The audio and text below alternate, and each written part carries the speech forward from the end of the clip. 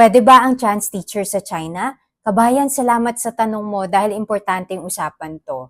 Two of my dearest siblings are trans, kaya when audience na LGBTQ express their concerns, I am more than willing to help.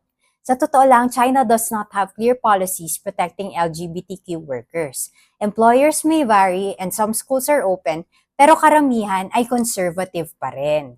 Kaya mahirap i-guarantee na safe or inclusive siya for trans teachers sa China.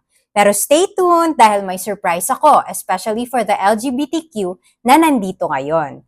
Here are the top 3 countries na mas open sa LGBTQ professionals. Number 3, Canada. Inclusive laws, anti-discrimination policies, at mataas ang demand for teachers. Number 2, Thailand. Still developing in legal protection pero mas visible at accepted ang LGBTQ everywhere. Number 1, New Zealand, very LGBTQ friendly at kilala for work-life balance. At ang reward ko for my LGBTQ friends here, claim a free visa consultation at ePathways New Zealand to get you started on your New Zealand journey.